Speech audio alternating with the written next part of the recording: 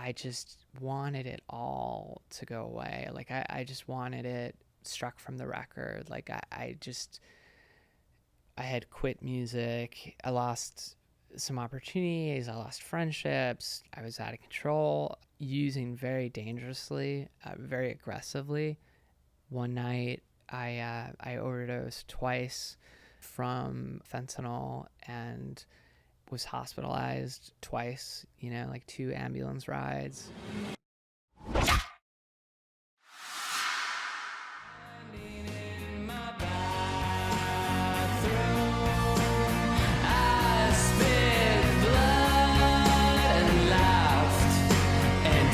podcast is sponsored by Toast. Toast beverages are alcohol-free sparkling beverages made with all natural ingredients, including white tea, white cranberry, and ginger. Crafted by a team of culinary experts, Toast imparts the characteristics often found in alcoholic beverages, only without the alcohol. Equally as satisfying as a daily refreshment as it is paired with fine dining, Toast creates meaningful and refreshing drinking experiences that are perfect for every occasion. Whether it's a large gathering or a celebration at home, Toast can be enjoyed anytime, anywhere, by anyone. Welcome to Comeback Kid. This is a podcast about addiction and recovery, and we are here with Jack Manley. Hey. Hello. How did your sobriety journey start? I first attempted to get sober in earnest in 2019. It's now 2024. And I haven't been sober that whole time. So needless to say, it's been a bit of a struggle. But even before that, I recall pretty vividly one time. I was still in college, and I went to visit my brother, and it was like pouring rain. We were in his car parked at like the Brooklyn waterfront, and I was like crying, and I was so desperately wanting to tell him that that I was fucked, that I was using, that I couldn't stop, that everything was spiraling out of control. I had just lost a good friend. Many good friends, but I couldn't do it. So I had an awareness, like, years before I ever attempted to actually get sober, if that makes sense. But I couldn't really fully admit it, to myself, or let alone anyone else, especially, someone I loved and cared about and whose approval I desperately wanted, but so that being said, right, 2019 was my first treatment center, and I was still living here in the city, and I went to California, and I went there for a day, or for 30 days, and I remember 3 days in, the treatment center, for whatever reason, insurance deemed it insufficient level of care, so they wanted to bump me to essentially like an outpatient program and put me in their sober living. And I remember thinking, oh wow, well, like, I did it in 3 days. This might take other people 30, but I'm advanced, I'm a smart guy, like, it took me 3 days, like, I'm good. And I remember speaking with my family, and they were like, what? They could not believe it. And in fact, like, I had to get them on the phone with counselors, because they thought, they probably still do, that I like manipulated the situation in some way in order to get downgraded in my level of care, but I remember having that thought and like believing it, and then having just enough self-awareness to be like, ooh, that's probably problematic. Because however special or gifted I may or may not be, that doesn't seem to make sense. And yeah, then I remember being so sure that like I got it. Um, being like the perfect sort of student in the lectures, and being very charming to the staff and to my like therapist, and being extremely judgmental towards other patients who were on like their third treatment, third rehab, like fourth, fifth, or some that were there and then relapsed and then had to come back while I was still there. And I remember thinking, like, wow, like, what fucking losers. Like, how weak could you possibly be? Mm. Like, this is like, I'm good. I got this. Fast forward to present, like, I've been to five rehabs, several hospital stays, like detoxes, and it's been a process. What would you say to somebody just coming back from a relapse? At this point, I mean, congratulations, you're alive, and that just don't stop, don't give up,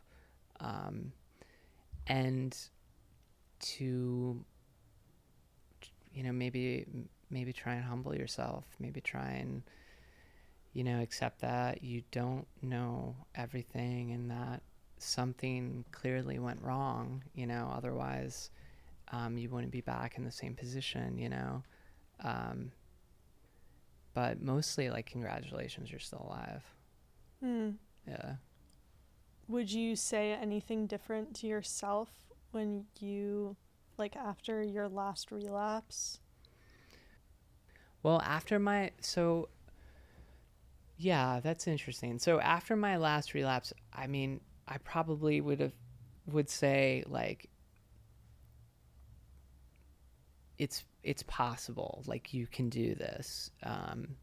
You aren't unique. Like, you're not terminally unique. In that, like, you too can get sober and stay sober.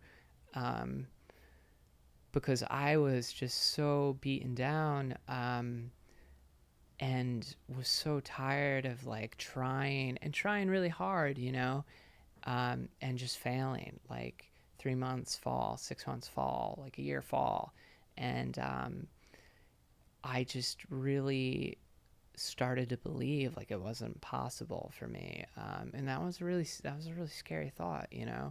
Um, and that really informed my behavior insofar as like my using got even more dangerous and even more dramatic, and I at certain times just had like fully given up and was like, you know educated enough on addiction, and to know like what I was doing was wrong, and to have like some level of insight, but to be like forcibly rejecting that programming and being like, well, I'm just going to lean into this because it's not working and I can't get it. What did you feel was not working? Me, I don't know. I felt like for whatever reason, um, I couldn't do it. It was either too hard or like I was too far gone. I was too damaged. I was too broken. Like whatever, um, that that I couldn't do it. And how much time do you have now? Like 7 months. It's amazing. Congratulations. Yeah, thank you. Yeah. Yeah. It's so hard to come back from a relapse and go back into counting days, and it feels very defeating Sure. in my experience. But once you sort of get, the more days that you get under your belt, it feels like, okay, I can do this.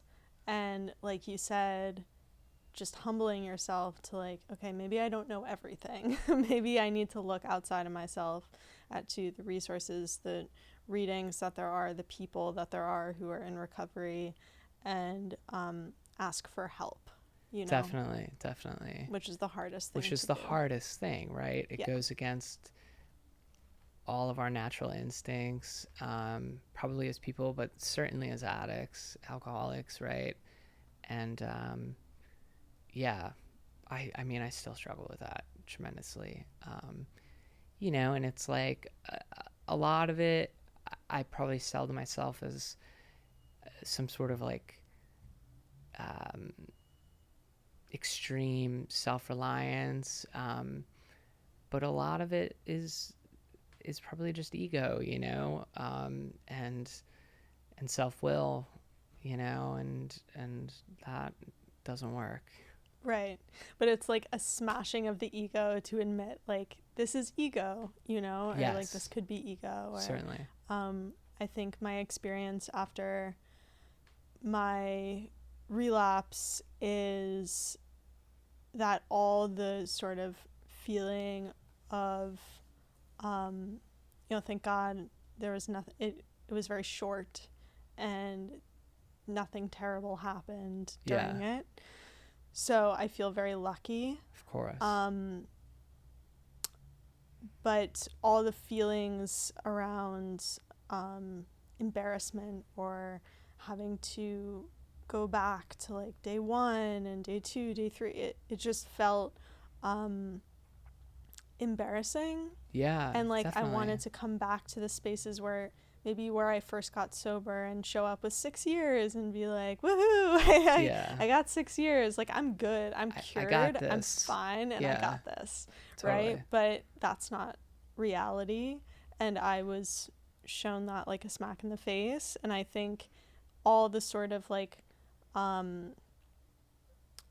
the hesitation I had to show my face back in those spaces was just ego.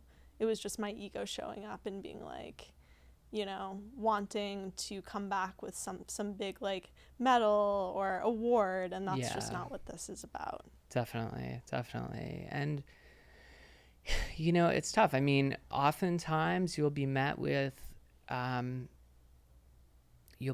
nothing but love, right? Yeah. And embrace and acceptance. There certainly are those who will sort of cast judgment and like kind of let you know. Um, that's been my experience, but like those people, you know, sure they may have like 20 years or whatever, but like, come on, if you're like given a vibe and like if you're purposely sort of turning off a newcomer or not purposely, but it's just like your attitude, then you know that's not the kind of sobriety or program like I'm attracted to, you know. Totally. Um, um so let's talk about your music, sure. because your music is amazing and everybody should hear it, and we'll get Thank into you. that at the end about where we can find you and all of that. um but I want to know, you wrote some of this music from the hospital, which is an amazing story. Can you tell us a little bit about that? Sure, yeah. So this was um, my last like inpatient stay, and leading up to it, I had quit music. I had really sort of sworn it off. You know, I lost some opportunities. I lost friendships. You know, I lost like previous bands, and I just wanted it all to go away. Like I just wanted it, um, you know, struck from the record. Like I just felt so embarrassed and like defeated. And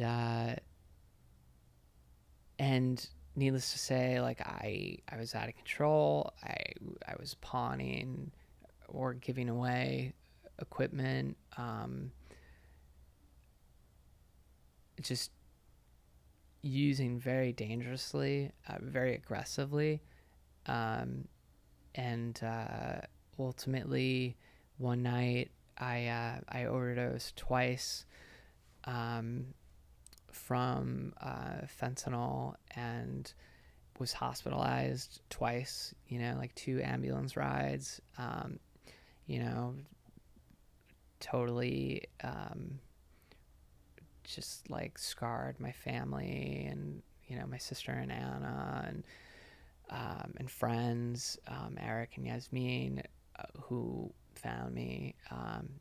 Just like horrific situation that occurred twice in the same night. Um, I went to a public hospital in Poughkeepsie, New York, um, and I had no phone. It was essentially just like a hospital wing.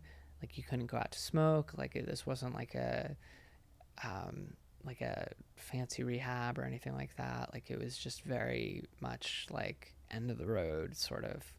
This is where you are, um, and and yeah, while I was there, um, eventually I sort of started to come to a bit, and started to you know like speak with the community a bit, and word got out I used to play music. So my roommate told me that there was a guitar there in the rec room, which was basically like a TV with a VCR with like 3 VHS, like a couple books, and like this broken guitar with 4 strings. Um, and I didn't want to play it. I would politely decline all the time, and eventually him and a couple other friends, patients, um, came to me and were like, "Hey, like, will you please play for us? Like we're stuck here too. We have no other form of entertainment, anything. Like just do it." So that got through to me insofar as like it's like, oh, okay, I can do this, and it can sort of like not be about me. It can be about them, and maybe this is like some sort of way of being of service, while I'm here. And funny enough, this gentleman who was also there was like a retired music teacher from NYU.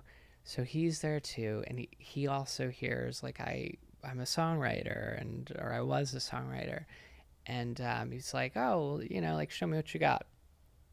So I like play him some music, and he's like, no, that's all wrong, and he's like critiquing me, and kind of like sharing some like theory insight that I never previously had, because I have no formal education in music or anything. And I got such a kick out of it, and I really like spending time with this guy. So I started to like entertain that more, and I was like, all right, well, like let me write something. So I just started writing these songs, and I would go to him, and he would be like, no, that's all wrong, and critique. And um, then I would kind of play it, and then I'd turn around, and like, you know 20 people would be standing there, and like some of them would be crying, Wow. and like cheering, and all that. And it was really bizarre, but really really beautiful. And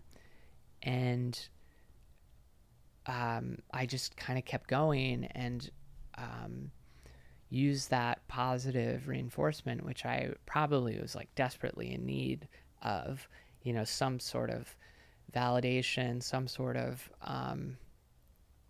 just like, you know, indication, or to keep going, and I ended up writing a bunch of songs, um, 4 of which I put on the EP Unmeasurable Terms that just came out, and yeah, it was really surreal.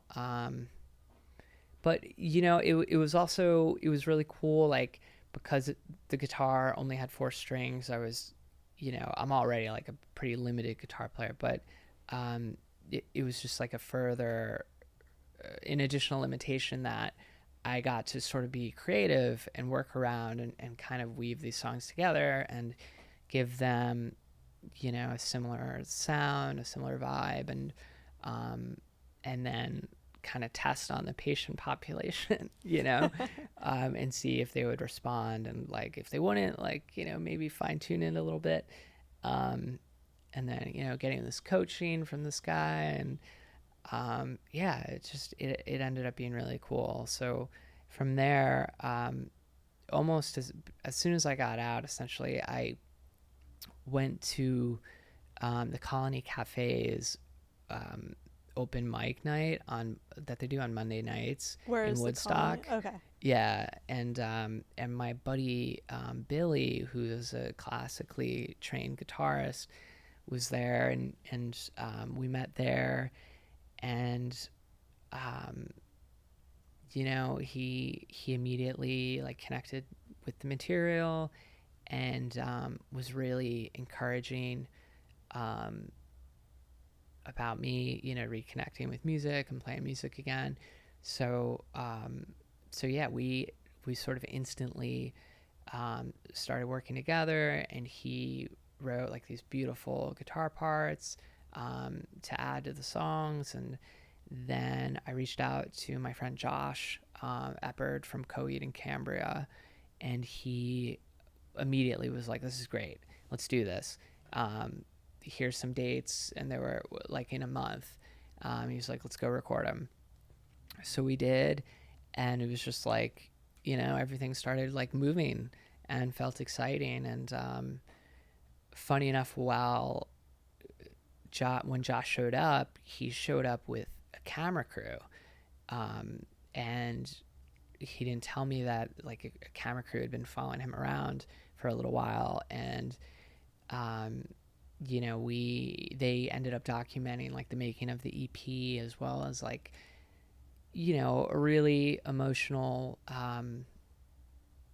coming together that we had. And a lot of things that like we hadn't really communicated to each other yet, or um, things that maybe needed to be dealt with. And that, long story short, there's like a full documentary now being cut that primarily deals, it's primarily Josh's story, but there's a big sort of portion that focuses on our relationship. So that's cool too. Oh my gosh, I can't wait to see that. Yeah. Yeah. Yeah. Can you talk about my favorite of your songs, just for me, just so I can know the backstory of Smackwater? Smackwater, sure, yeah. Which everyone should listen to. Thank you. Smackwater, I remember being in the cafeteria of Turning Point, and just writing that song. It was very much like an emotional just purge. All of those songs really were. They all came out like essentially fully formed. And the way I write is like I'll just play a progression, and I'll just immediately sing. And it's like sometimes I'm lucky and I'll get, like a full sentence and like melodic motif or whatever, and it works with the chord change, and it's like, oh great, and then I'll kind of go from there. Other times not. But Smackwater, it just sort of came out. And I remember like just really sort of getting off on the "carried my monkey" line. Like I just thought it was so funny and ridiculous, yet such a nod to people like us who would hear that and be like, oh yeah, for sure. And I thought it was maybe too silly to say, lyrically. Um, but it was really just a point by point um, telling my my overdose. Um, little like surrealist elements thrown in there, but pretty much just like point by point, like, A plus B equals C, like just very simple and direct. Um, and I remember playing it for everyone in the hospital, and they just like freaked out. They just loved it, and yeah, it's been it's been really cool to play. It's been really nice to see like people respond to it so positively, and yeah, it was just probably like any great song. The sort of bones of it, it just sort of came out, and then like then comes the process of like refining immensely and trying to get like the right sounds and all that stuff. But like the song itself was just very much like a you know um, outpouring of emotion. Hmm. I want to go back to something that you said before, if that's okay. Sure. Yeah. It's heavy. You said I overdosed twice Yeah. in one night. What Yeah. does it feel like to say that? It still feels sort of surreal in that I experienced it to an extent, not the same extent that like my loved ones did, in that I was totally fucked up and obviously unconscious for a lot of it. But yeah, it feels frightening. It feels a little shameful. Um, at the same time, you know, if I like I'm able to stay grounded in this moment, I feel extremely grateful and like lucky, to be able to to be speaking with you right now, like where we are, and um, that that wasn't the end of my story, because if I had it my way, that's exactly what it would have been. That's what you wanted. Yeah, for sure, for sure. Um, which is a troubling admission on many levels. Like it took me a while to, going back to like that denial of like my first treatment center. It took me a while to be able to admit that.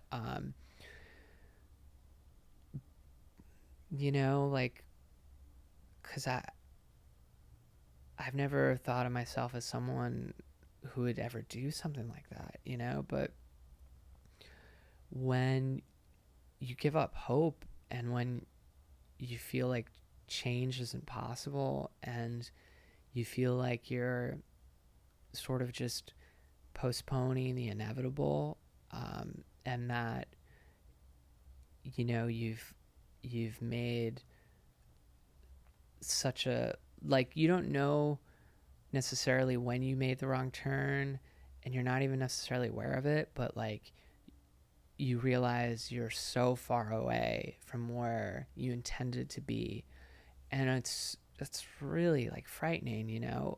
Like you're totally, utterly, completely lost, and that's where I was. I didn't have a relationship with myself. I didn't have a relationship with really anyone at that point in my life. All my friendships were done. You know, most of my relationships with family were done. Um, I basically had two people left in my life, and I just really thought, um, on some level it would be better if I wasn't here anymore. Like if all I'm causing is havoc and chaos and destruction, like, why not, right? Um, but it's only after doing some work and processing a lot and speaking with people who've had similar experiences, and you realize that that is just like, that's the thinking of a not a bad person, but like a very sick person. And I was thoroughly, totally convinced I was bad, that I was broken, I was bad, I could not be fixed. I had tried, I had failed multiple times, and I just wanted it all to stop, and I know that's selfish, but like, hey, it's a selfish disease on some level, Um, but yeah, it's surreal. It really is. Yeah. I just want to hug you. I think giving up hope is like, that's definitely what led to my relapse. Giving up hope. And I didn't want to die. For like the first time, I didn't want to die. I Yeah. just, the first time in like a dark place, because usually my go-to was like suicidal. But I just wanted to be here, but not here.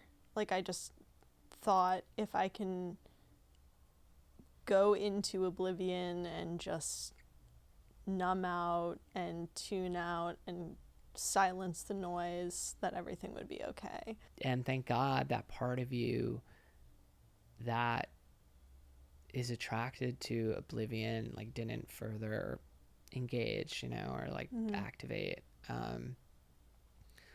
But yeah, like, I don't know. I never thought of myself as someone who wanted that. But if I'm being honest, like, I remember in high school, snorting Oxycontin and just wanting that oblivion all the time. You know, um, it was the safest I ever felt. It was the most free, and like, um, yeah, anxiety was gone, depression was gone, like fear of the future, of the past, like it was all gone. But but yeah, at like such a cost, right? So you said it was the safest you've ever felt. What makes you feel safe now? Connection, primarily spiritual connection, but also, connection with others, connection with art and music, and um, like the songwriting process, like work. Um, but that all sort of pales in comparison to the connection um, I've felt, and you know try to feel um, as much as possible, to the extent that it's possible, with my higher power. Um, and yeah, because I mean, when I feel like spiritually grounded and connected, right? Um, those sorts of worries, they take care of themselves. They slip away. Um, but if I don't maintain that connection, especially now, like having sort of cultivated it more so than I ever have in my life, um, it can feel even more like dark in a sense, like in sobriety, right? Because it's like you're aware of the light now, so you really feel when you're not in it, you know? Absolutely. Yeah. What do you do to harness that relationship with your spirituality? Yeah, pray and meditate, um, go to meetings, speak with my sponsor, next right action, when in doubt, just like try to do the right thing. Because I can so easily get stuck in my head and lost in my head. Um, but, most of the time, if I'm able to ground in the present moment, I usually realize that everything's okay. Even in the midst of like a chaotic situation or, you know, a really uncomfortable situation or some sort of conflict, right? If I'm right sized, grounded in truth, that's a big part of it too, is like being in reality, like being in truth. Then I feel as though nothing can really sort of hurt me. Hmm. Um, but just as easily as I say that, like I can forget it. Hmm. And then have to like sort of fight to get back there. Mm-hmm. So, Absolutely. what about you? I've been meditating a lot recently, and that has helped so much. They always said it would help. Yeah. Everyone says. And I was like, nope, I can't sit still for more than 20 seconds. Thank you. But I've been meditating, doing these guided meditations That's on awesome. Insight Timer. And there are so many, like, my therapist recommended doing courses, like meditation courses, which is really exciting to me because it's like a certain amount of time. It's like 5 days, 10 minutes a day. And I don't really finish the course, but at least I start. Yeah. And I start, ADHD, I start like 15 courses and I don't finish them.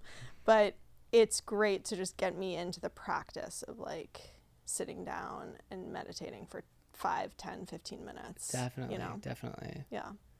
Yeah. It's important. It can be really challenging, but yeah, like I find that if I'm able to cultivate like stillness and quiet and really sort of clear my mind, I'm almost able to, it's like I can see my thoughts going by, right, Yeah. on a conveyor belt, and I can be that thing, monitoring the thoughts and choosing like, oh, should I engage with this one? No, I'll put it back, and it's like, it's really, um, you know, it's really powerful. So empowering. So empowering. Yeah. And yeah, it lets you remember you're not your thoughts, right? And I love what they say in the program. What is it? That prayer is talking to God, right? And meditation is listening. And I find that to be true, if I'm in those moments of like stillness and in quiet meditation, am I able to receive like any sort of real pure intuitive thought. Mm-hmm. Otherwise it's just like motion, reaction, Yeah. and like getting caught up in that can be problematic in itself. Totally. Yeah. I do know. So what's next for you with your music? How can we see you play? How can we find you? Yeah, How can we listen to your music? for sure. So next is a single called Grow Up. That's going to be out in like the next month or two. It's a really cool song. It's actually live, but I don't think we're gonna really like make a big to do that it's live. That's cool. But it though. is cool Yeah. that it's live, and it sounds really cool. I'm really happy with it, and working on just recorded 3 other songs and working on figuring out what the next release beyond that's going to be. But yeah, besides that, Jack Manley on Spotify, Apple Music, all that stuff. Um, and yeah, the EP again is called Unmeasurable Terms. And your Instagram? Instagram is Jack Manley Band, Cool. but the name is just Jack Manley. It's not like a Dave Matthews situation. Okay. Understood. So I feel like you are the ultimate comeback kid. Like the premise for this show is people who have been through really hard times, who have bounced back and come back and who are fighting for it. And the icon is the boxing gloves. So it's like, just warriors in general. What does being a comeback kid mean to you, and in what ways do you believe that you are a comeback kid? My refusal to give up no matter what, um, whether that's, in regards to my sobriety after countless relapses and, overdoses, to continue to stay on the path. Whether that's in regards to like my work ethic as a person, I think that would be it. Jack, thanks. Thank This you was so so much. fun. Yeah. Yeah. No, thank you so much for having me. Thank you for making the trip and being here. For sure, for sure.